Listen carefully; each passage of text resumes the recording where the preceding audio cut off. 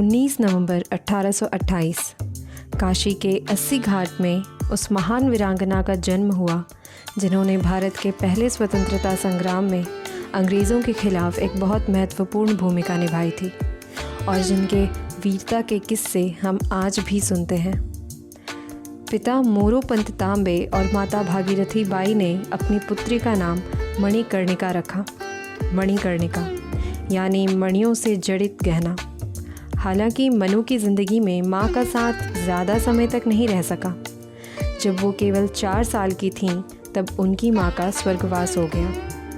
क्योंकि घर में मनु की देखभाल के लिए कोई नहीं था, इसीलिए पिता मनु को अपने साथ पेशवा बाजीराव द्वितीय के दरबार में ले जाने लगे, जहाँ चंचल स्वभाव और सौंदर्य के कारण सब लोग उन्हें प्यार से छबीली कहकर बुलाने लगे। मनु ने बचपन से ही शस्त्र अस्त्र और शास्त्रों की शिक्षा ली थी और उसमें काफ़ी निपुण थी।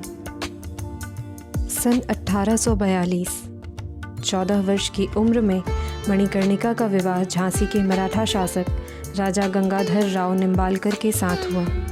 विवाह उपरांत मनु लक्ष्मीबाई बन गई थी। सन 1851 में रानी लक्ष्मीबाई ने एक पुत्र को जन्म दिया था, परंतु 4 महीने की आयु में ही उस नवजात की मृत्यु हो गई। सन 1853 में राजा गंगाधर राव का स्वास्थ्य बिगड़ जाने पर उन्होंने दत्तक पुत्र को गोद लिया, परंतु उसके बाद 21 नवंबर 1853 को राजा गंगाधर राव की मृत्यु हो गई। दत्तक पुत्र का नाम दामोदर राव रखा गया।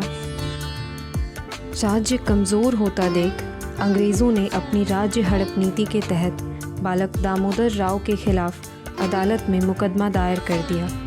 हालांकि मुकदमा खारिज कर दिया गया, परंतु अंग्रेज़ अधिकारियों ने राज्य का खजाना जब्त कर लिया और उनके पति के कर्ज को रानी के सालाना खर्च में से काटने का फरमान जारी कर दिया।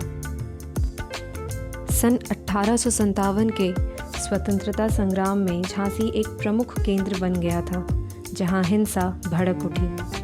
रानी लक्ष्मीबाई ने झांसी की सुरक्षा को सुदृढ़ करना शुरू कर दिया था और एक स्वयंसेवक सेना का गठन प्रारंभ किया। स्वयंसेवक सेना महिलाओं की सेना थी जिसमें वे युद्ध के लिए प्रशिक्षित हो रही थीं। यह संग्राम इतने ताव पर था कि साधारण जनता ने भी इसमें सहयोग दिया और झलकारी बाई को स्वयंसेवक सेना में प्रमुख स्थान मिला। 1857 सितंबर तथा अक्टूबर के महीनों में पड़ोसी राज्य ओरछा और दतिया ने झांसी पर आक्रमण कर दिया, परंतु रानी ने उन राज्यों को हराकर जीत हासिल की। सन 1858 जनवरी माह में अंग्रेज़ी सेना ने झांसी की ओर कूच कर दिया और मार्च तक पूरे शहर को घेर लिया। 2 हफ्तों की लड़ाई के बाद अंग्रेज़ी सेना ने शहर पर कब्जा कर लिया।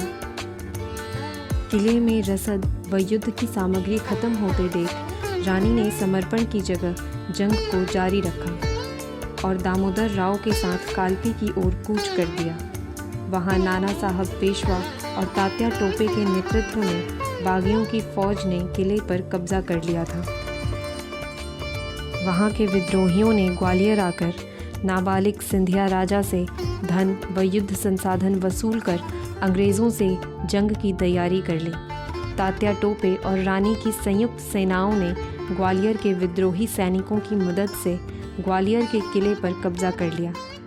18 जून 1858 को ग्वालियर के पास कोटा की सराय में ब्रिटिश सेना से लड़ते लड़ते रानी लक्ष्मीबाई ने वीरगति हासिल की। जनरल ह्यू रोज, जिनकी युद्ध योजना के कारण महारानी लक्ष्मीबाई घिर गई थीं, उन्होंने भी यह स्वीकारा कि रानी अपने सौंदर्य, बुद्धि एवं दृढ़ता के लिए उल्लेखनीय थीं ही, मगर विद्रोही नेताओं में वह सबसे अधिक खतरनाक और साहसी थीं।